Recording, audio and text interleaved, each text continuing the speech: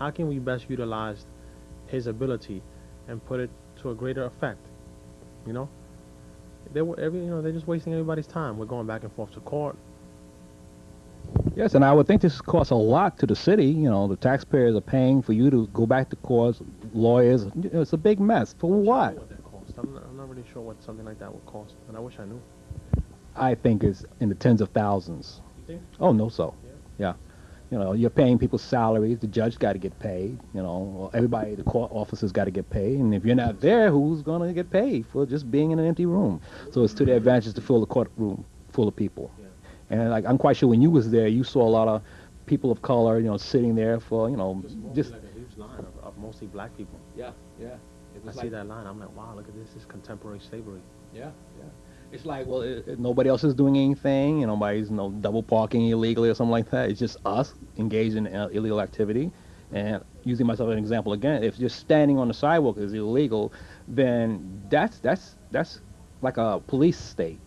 And I really felt uncomfortable with that, and I made my views known to the judge. I said, like, I'm an old guy, I have no police record. And if I can get arrested, then I already know why the kids are here, Maybe they were, enjoying a little bit of illegal substance use, and they just happened to be in the wrong place at the wrong time, But unfortunately, I know that some of the officers may, on their time off, enjoy a little recreational thing. It'll probably be legal. But then again, we've heard stories about police officers and fire departments indulging some legal activity and getting out of hand.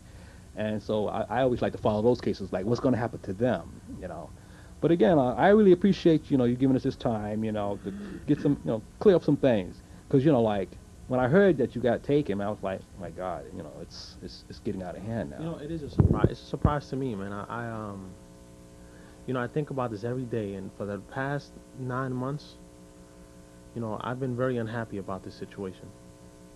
And I look at it, I'm like, wow, this thing has generated so much press, right?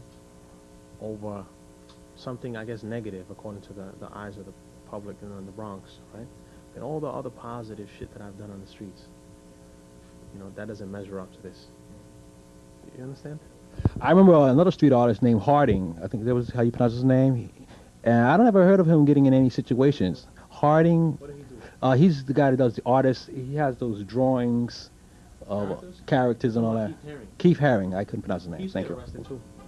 I don't know if he did any jail time, but he would get arrested occasionally in the subways.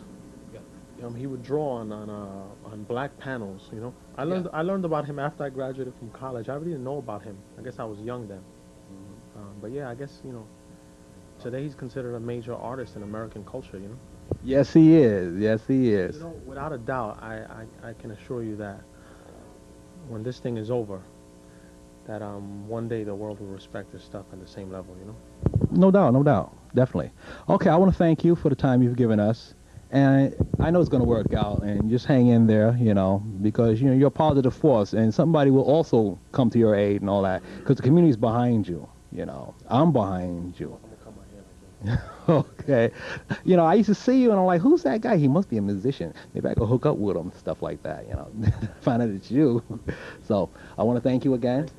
All right, and you have a nice day. Thank you. Nice to meet you. Okay.